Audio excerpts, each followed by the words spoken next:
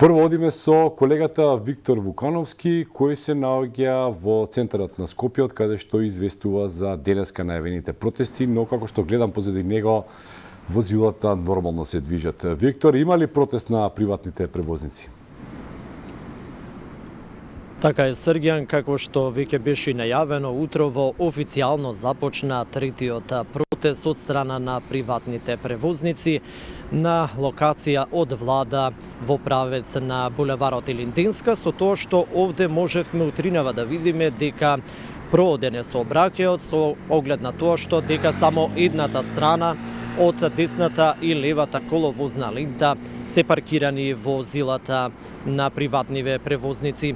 Јас во овој момент не успеав да обезбедам соговорници со оглед на тоа што овде возачеве ги имаат само паркирано своите автобуси и воопшто се немаат појавено. Успеав за момент да го добијам еден од директорите на Слобода превоз, меѓутоа ми кажа дека доколку одлучат да излезат јавно да проговорат за овој денешен протест, дека дополнително ќе бидам и контактиран. Она што можеме само да го подвлечиме како заклучок и да го сублимираме од изминатиот ден, се разбира, тоа беше официјалната одлука на град Скопје да го раскине договорот со Слобода превоз, а Ленин Јовановски, директор токму на ова здружение, напомена дека овој ден ќе биде последен како на некој начин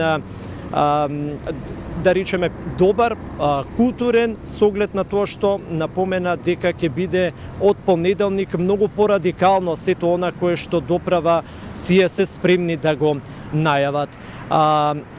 Градоначалничката Данила Арсовска во неколку наврати изминативе појавувања во јавноста потенцираше дека нема намера да седне на маса и да разговара со луѓе кои навредуваат, кои уценуваат и кои се закануваат, а ова од страна на приватните превозници беше сватено како дополнителен револт и како дополнителна провокација дека навистина сериозно град Скопје не ги сваќа нивните проблеми кои што ги имаат и веќе неколку месеци неисплатени плати.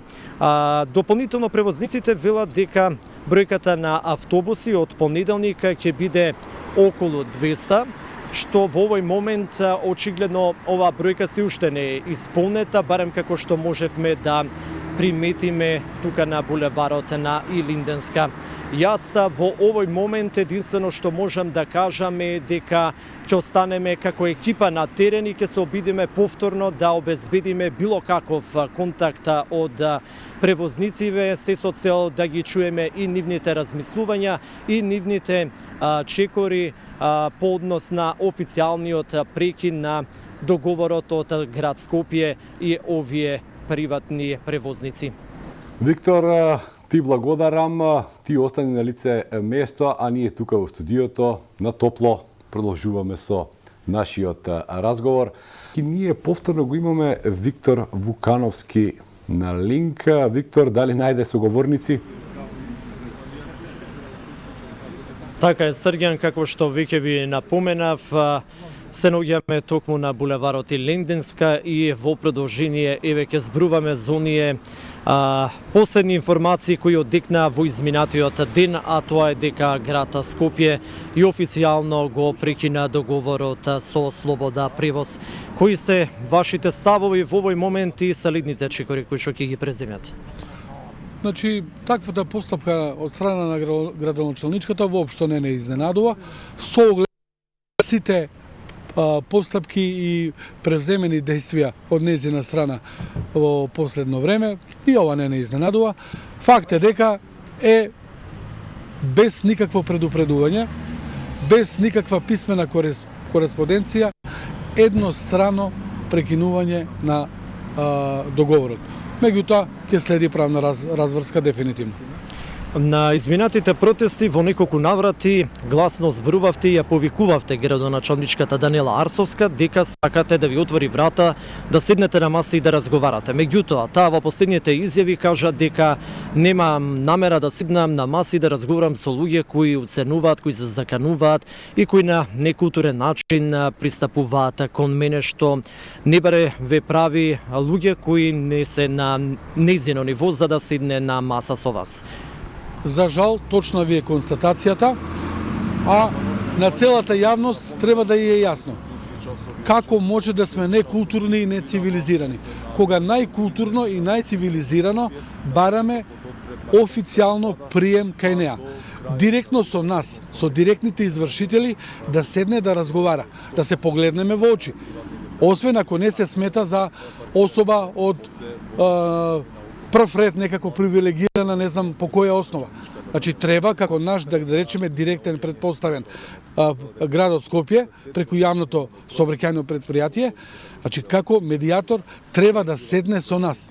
Исто така денеска побаравме пак најкултурно, најцивилизирано да не прими. И сите чекаме мирно надвор пред влезот на град Скопје. Овдека сме само со дел од колегите за да дадеме изјавата и уште еднашка јавно да ја повикаме. И нормално, како секоја прилика што ја користам, се извинувам на сите граѓани на град Скопје, особено на корисниците на нашите услуги. Недозволиво е најповиканата личност, градоначалник на град Скопје, да дозволи овие превозни капацитети овдека да се паркирани, а граѓаните да не можат да се превезат од точка А до точка Б во градот Скопје. Недозволиво е.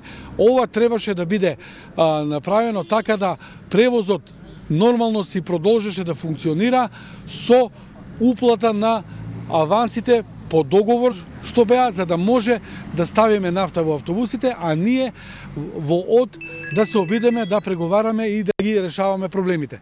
Тоа, за жал, не се случи и како производ на таквата одлука и таквото однесување на градоначалничката и директорот на јавното сообраќајно предпријатие, еве го резултатот.